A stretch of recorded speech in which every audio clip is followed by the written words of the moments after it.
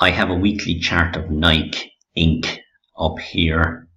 The stock's weekly technicals are now getting pretty oversold. We can see the slow stochastics here down at 22.33.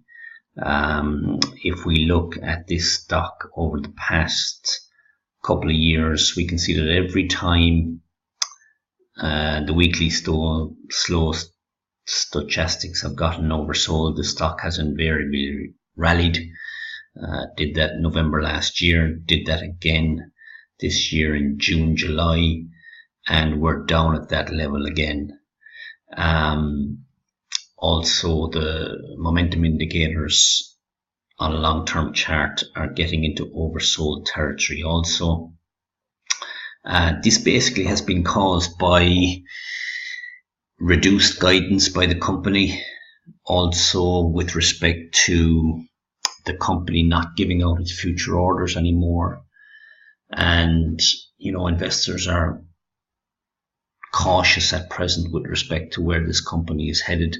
The sector in general seems to be under pressure at the moment, with the likes of Foot Locker and other shoe manufacturers in particular coming under pressure from more competition. But I would say that I will be backing the company here. Why? Well, even though its revenue was basically flat over the past 12 months from its first quarter earnings this year, I would still be looking at 4 to 6% revenue gains in fiscal 2018. Its 10-year fundamentals are still very strong, and as I've said, Nike is a very widely known brand, will continue to get pricing power, and I think investors just need to give the company time with relation to building its own shops, building its own infrastructure, and marketing directly to the customer. Over time, operating margins will increase. I have no doubt about that. When you do cut out the middleman, when you do cut out the third-party retailers that have been selling Nike products for decades now, Nike just basically wants more of the pie. And I do think that, if we see the growth is definitely there with its direct channel to its customers.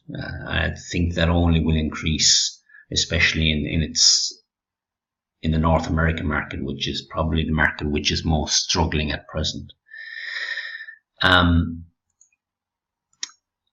just want to zoom into the weekly chart and show you that basically we still haven't got a weekly swing on this stock. We would have to trade above this point here this week for a weekly swing to ensue.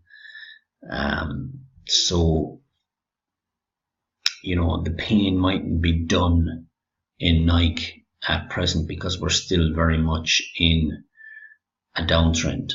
What I would say though is that if price comes down near this 51 handle here where we reached last week, well, one could easily, start scaling into a long position and place a stop just below this level, because the problem with last week's trading action is that you've nearly had almost $3 of intra-week swings.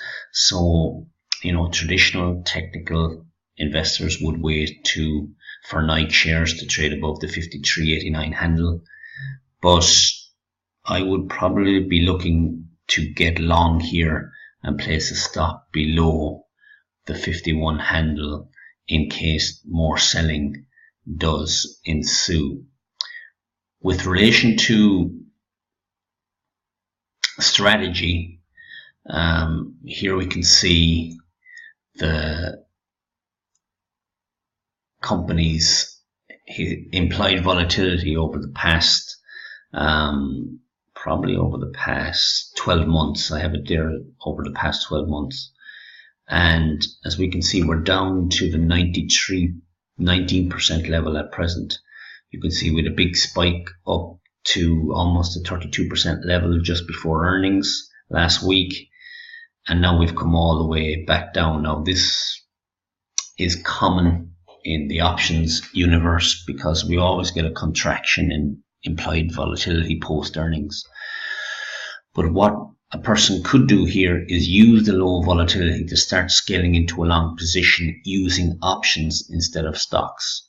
So one could be buying debit spreads here, maybe leap call options where the delta would be very high, because invariably we are going, this implied volatility metric is going to head back up, just like it did here, here, here, and here.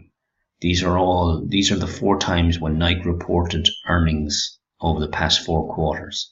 So the next one will be in December most likely. So Nike's implied volatility should be up around the 30% handle in December. So as long as we get direction right, this metric will help all options which are long, all call options, for example. They will increase in price as Nike's implied volatility rises over the next 2 months. This is just something to think about for people who may have capital restraints and want to use less capital to adopt a long position in Nike.